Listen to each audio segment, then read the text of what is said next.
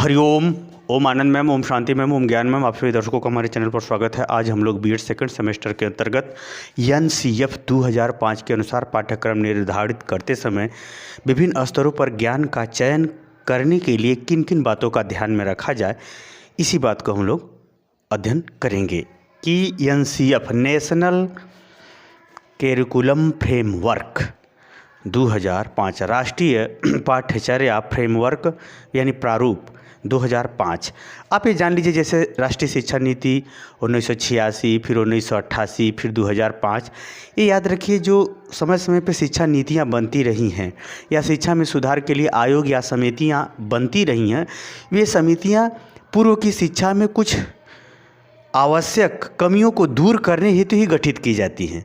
वास्तव में जो NCF नेशनल करिकुलम फ्रेमवर्क 2005 था, वो प्राथमिक शिक्षा पर ज़्यादा जोर दे करके बनाया गया था। फिर भी ज़्यादा जोर दिया था कि ताकि बच्चों के बस्ते को हल्का किया जा सके, अर्थात उनके बाल्यावस्था को बोझिल न करते हुए, या जो बोझिल बन चुका है, बहुत सारे विषयों का भरमार है, उसे कम करते हुए उनको एक प्रकार से जो है योग्यता क्षमता के अनुसार उनको आवश्यक विषयों में ही प्राथमिक ज्ञान देने के लिए सुनिश्चित किया गया था। फिर भी NCF 2005 अपने विभिन्न स्तरों पर यानी माध्यमिक और पूर्व माध्यमिक, उच्चतर माध्यमिक इत्यादि सब स्तरों पर भी उन्होंने अपना दृष्टिकोण या पाठ्यक्रम के निर्माण हेतु अपना दृष्टिकोण, अपना सुझाव प्रस्तुत किया था। तो वही इस वीडियो के अंतर्गत हम लोग ये अध्ययन करेंगे कि NCF 2005 के अंतर्गत किन किन महत्वपूर्ण विषयों को उद्घाटित किया गया, जिसके आधार पर हम पाठ्यक्रम निर्माण करते समय हम बातों को ध्यान में रखते हैं। वास्तव में ये NCF 2005 प्राथमिक स्तर पर बहुत विशेष रूप से कार्य किया और प्रभावशाली भी रहा, उपयोगी भी रहा, आवश्यक भी रहा। सबसे बड़ी बात यह है कि यह जो है NCF 2005 बालकों के रटने की क्षमता को बढ़ाने के जगह सोच समझ, स्वतंत्र व्यक्तित्व के विकास हेतु अवसर प्रदान करने, निर्देश प्रदान करने, पाठ्यक्रम निर्माण करने, सुझाव देने और नीतियों का निर्माण करने संबंधी गतिविधियों पर ज़्यादा कार्य किया था। देखिए भाई, मैं तो पूरा लिख करके वो नोट्स तो नहीं बना सकता पूरा इस पे, और ना ही मैं कंप्यूटर चला करके आपको पूरा का पूरा नोट्स प्रोवाइड करूँ। हाँ, फिर भी जितनी भगवान मैया सरस्वती के आशीर्वाद से जो ज्ञान है, उसको मैं लेक्चर के माध्यम से आपको पूरा परोसने का कार्य करूँगा। आप इसीलिए वीडियो को बहुत ध्यान से सुनिए। जब ध्यान से सुन लेंगे 2 बार 3 बार, तो आपके पास सोच समझ के आधार पर वह बहुत सारी चीज़ें आप समझ जाएंगे, या कहीं से भी पढ़ेंगे तो कोई दिक्कत नहीं होगा। तो उसने क्या किया था कि NCF 2005 बालकों के बाल्यावस्था को एक स्वतंत्र व्यक्तित्व के अंतर्गत शिक्षा को निवेशित किया था, शिक्षा को लगाया था। खास तौर से बाल केंद्रित शिक्षा का विशेष स्वरूप NCF 2005 में ज़्यादा देखने को मिलता है। तो NCF 2005 था, उसके अनुसार पाठ्यक्रम निर्माण करते समय ज्ञान का चयन यानी जानकारियों का स्वरूप विभिन्न कक्ष में किन किन बातों को ध्यान में रख करके देना चाहिए या पाठ्यक्रम का निर्माण करना चाहिए, उन्हीं सब बातों को इसमें हम लोग देखेंगे। अगर हम बात करें तो NCF 2005 में महत्वपूर्ण बातें ये रही कि अगर चलिए, क्रम तो हमने आगे पीछे भी आप कर सकते हैं, फिर भी मैं समझाने का प्रयास कर रहा हूँ। चलिए, जैसे लिखा हो वैसे ही बता देता हूँ। पहला इसमें ये बल दिया गया कि मानव व्यवहार की विभिन्न गतिविधियाँ, हर बालक अपने आप में क्या होता है, विशेष होता है। हर आदमी के अंदर अपनी अपनी कुछ विशेष योग्यता क्षमता होती है।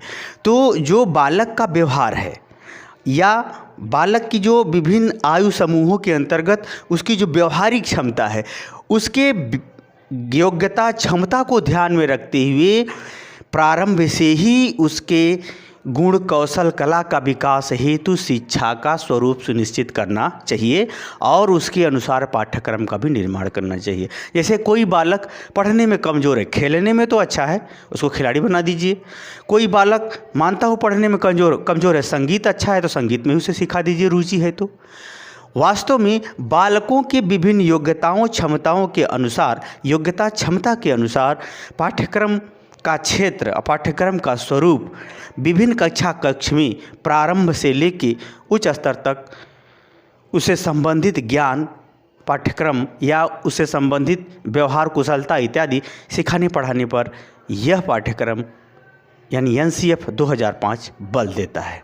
यानी बालकों की विभिन्न योग्यताओं क्षमताओं के विकास हेतु विभिन्न गतिविधियों में, चाहे चित्रकला हो, चाहे कौशल कला हो, चाहे खेलकूद हो, चाहे वो विषय से संबंधित हो या किसी से संबंधित हो, उसकी योग्यता क्षमता के अनुसार ज्ञान का विभिन्न स्तरों पर देना या ज्ञान का विभिन्न स्तरों को ध्यान में रख करके पाठ्यक्रम निर्माण करने संबंधी गतिविधियों पर बल देता है। दूसरा है विषय में समेकित ज्ञान। विषय का मतलब जो हम विषय पढ़ रहे हैं, कोई भी विषय पढ़े, हिंदी, भूगोल, इतिहास, नागरिक शास्त्र, साइंस, जो भी विषय पढ़े, उन विषयों को समाज से जोड़ करके, समाज से क्या करना चाहिए, जोड़ करके, यानी विषय में समेकित ज्ञान, समाज से जोड़ करके, व्यवहार से जोड़ करके, आवश्यकता से जोड़ करके, उसकी उपयोगिता से जोड़ करके, उसकी भविष्य में उसके स्वरूप और उसके महत्व इत्यादि को जोड़ करके भी उनको ज्ञान दिया जाना चाहिए। यानी उनके ज्ञान का सृजन, उसके ज्ञान का संगठन पाठ्यक्रम में विभिन्न कक्षाओं के अनुसार किया जाना चाहिए। इस पर भी बल देता है। अगला है पर्यावरणीय ज्ञान। यह NCF 2005, यह महत्वपूर्ण इसका कार्य ये रहा कि इसने पर्यावरण को हर स्तर पर, प्राथमिक स्तर से ही माध्यमिक स्तर, पूर्व माध्यमिक, उच्चतर माध्यमिक, यानी सभी स्तरों पर पर्यावरणीय ज्ञान पर बहुत ज़्यादा बल दिया। क्योंकि जो पर्यावरणीय ज्ञान है, जैसे पर्यावरण प्रदूषण है, पर्यावरण की उपयोगिता, पर्यावरण का महत्व, पर्यावरण के साथ हमारा व्यक्तिगत समायोजन, हमारा पर्यावरण के संरक्षण में व्यक्तिगत भूमिका, पर्यावरण के प्रभाव, दुष्प्रभाव, पर्यावरण के साथ अनुकूलन, पर्यावरण का संरक्षण और पर्यावरण की सभी गतिविधियों में, जैसे जल संरक्षण के बाद या उसी तरह से कूड़ा करकट जो प्रबंधन है, इस सब बातों पर, स्वच्छता, ये सब अनेक सारी, बहुत सारी इसमें गतिविधियां जो पर्यावरण के अंतर्गत आप जानते हैं, चाहे वायु से संबंधित हो, चाहे जल से संबंधित हो, चाहे मृदा से संबंधित हो, और चाहे वह अन्य गतिविधियों से संबंधित हो, जिसके प्रति हम लोग सबको जागरूक करना आवश्यक है। क्योंकि जहाँ पर्यावरण, स्वस्थ पर्यावरण है, वहीं स्वस्थ सामाजिक जीवन है, स्वस्थ सामाजिक व्यवहार है। यही कारण है कि जहाँ पर्यावरण ज़्यादा शुद्ध होता है, वहाँ के लोगों का चित्त और स्वभाव दोनों पवित्र और शांत रहता है। जहाँ पर्यावरण प्रदूषण ज़्यादा है, वहाँ पर ये सब गतिविधियाँ भी गड़बड़ देखने को मिलती है। तो पर्यावरण के प्रत्येक पहलू पर प्रारंभ से ही उसे परिचय कराना, उसके महत्व को समझना, उसके उपयोगिता को समझना, उसके औषधि संबंधी उपयोगिता को समझना, उसके जो है प्रभाव, दुष्प्रभाव, कार्य कारण परिणाम इत्यादि संबंधी गतिविधियों से संबंधित ज्ञान का पाठ्यक्रम में निर्माण करने हेतु समावेशित किया गया, या इस पर पाठ्यक्रम के निर्माण करते समय इस गतिविधि पर बल दिया गया है और इसकी आवश्यकता हमेशा पड़ती भी रहेगी। तो पर्यावरणीय ज्ञान का विभिन्न स्तरों पर जो है संबंधित जानकारियों का समावेशन पाठ्यक्रम के अंतर्गत किया जाना चाहिए। यह भी NCF 2005 ने पाठ्यक्रम के निर्माण हेतु सुनिश्चित किया था। अगला है क्रियात्मक अनुभवात्मक ज्ञान। जैसे एक और बात है, ये जो है NCF 2005 ने क्या किया कि बालकों के पाठ्य सहगामी क्रिया के माध्यम से या प्रयोगात्मक कार्य के माध्यम से या उसके विभिन्न योग्यता क्षमता के माध्यम से उसके पास जो भी हम प्रयोगात्मक व्यवहारिक रूप में जो भी उससे हम क्रियाकलाप कराते हैं, उस ज्ञान के अंतर्गत जो कुछ भी हम उससे सिखाए पढ़ाए हैं, उसके अनुभव से जोड़ने का प्रयास करने पर बल दिया गया। अनुभव से का तात्पर्य यह है कि जो कुछ भी वो समाज के विषय में, राष्ट्र के विषय में, पदार्थ के विषय में, वनस्पति के विषय में, संबंधों के विषय में, व्यवहार क्रियाकलापों के विषय में जो कुछ भी वो सोचता है, उसके लिए कुछ ऐसे ज्ञान का भी सृजन, ऐसे भी कुछ क्रियात्मक गतिविधियों का सृजन करना पाठ्यक्रम में आवश्यक है जो उसको अनुभव से जोड़ा जा सके। जैसे हम राष्ट्र को, भारत से बहुत प्रेम करते हैं, लेकिन भारत हमारे लिए किस प्रकार उपयोगी है और हमारे लिए हम भारत को क्या दे सकते हैं, इन दोनों बातों को उसके अनुभव के साथ, तर्क के साथ, व्यवहार के साथ जोड़ करके पढ़ाया जाना चाहिए। क्योंकि जब ज्ञान अनुभव बनता है तो वह दृढ़ होता है, जब ज्ञान दृढ़ होता है तो वह आगे ले जाता है, व्यक्तित्व का विकास करता है। तो ज्ञानात्मक गतिविधियों को उनके अनुभव से भी जोड़ने का प्रयास NCF 2005 के अंतर्गत पाठ्यक्रम के निर्माण हेतु सुनिश्चित किया गया। आगे है भाषाई ज्ञान। इसमें भाषाई ज्ञान का मतलब यहाँ तीन, एक अंग्रेजी भाषा, हिंदी भाषा यानी एक सार्वभौमिक भाषा, मतलब ग्लोबल यानी वैश्विक स्तर की भाषा अंग्रेजी, राष्ट्रीय स्तर की भाषा, राष्ट्रीय भाषा हिंदी, और तीसरे पर स्थानीय भाषा जिसको हम लोग जो जो उस स्थान पे बोली जाती हो, जिसको मातृभाषा भी कह सकते हैं। मातृभाषा वैसे हम लोग कहते हैं जो हमारी माँ बोलती है वही जो हम भाषा सीखे उसी को मातृभाषा कहते हैं। तो एक हुआ स्थानीय भाषा, दूसरा हुआ राष्ट्रभाषा, तीसरा हुआ वैश्विक भाषा। 3 भाषाई स्तर का इस पर बल दिया गया। फिर भी प्राथमिक शिक्षा के लिए यह सुनिश्चित किया गया कि मातृभाषा ही उसके लिए अनिवार्य है, क्योंकि जो कोई भाषा अगर वह व्यवस्थित रूप से अगर समझता है तभी वह किसी चीज़ का व्यवस्थित और अस्थायी ज्ञान प्राप्त कर सकता है। तो इसमें जो है बालकों के अनुभविक अस्थायी ज्ञान के लिए वह जो भाषा पसंद करता है, जिस भाषा में उसे समझ में आता है, उस भाषा में उसे वह ज्ञान प्राप्त कर सकता है। ऐसा भी स्वतंत्र रूप से निर्देश प्राप्त किए गए पाठ्यक्रम के अंतर्गत बालकों के लिए। इसके अलावा भी अगर 3 भाषा सूत्र, राष्ट्रीय भाषा, वैश्विक भाषा और स्थानीय भाषा, इन 3 भाषाओं को अगर बालकों में विभिन्न स्तरों पर विकास किया जाए तो ज़्यादा अच्छा होगा। फिर भी प्राथमिक स्तर पर मातृभाषा पर ज़्यादा सरकार ने बल दिया। उससे संबंधित पाठ्यक्रम की जानकारी या पाठ्यक्रम में विभिन्न जानकारियों को समावेशित किया गया, इस पर भी बल दिया। अगला है सामाजिक विज्ञान।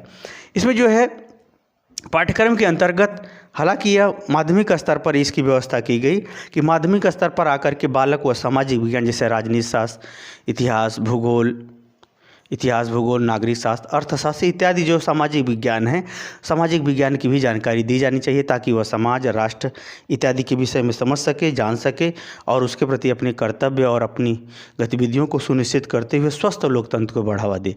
इसके साथ ही इसमें विज्ञान वर्ग को भी सुनिश्चित किया गया कि माध्यमिक स्तर तक आते आते वह सामाजिक विज्ञान और विज्ञान वर्ग के रूप में अपने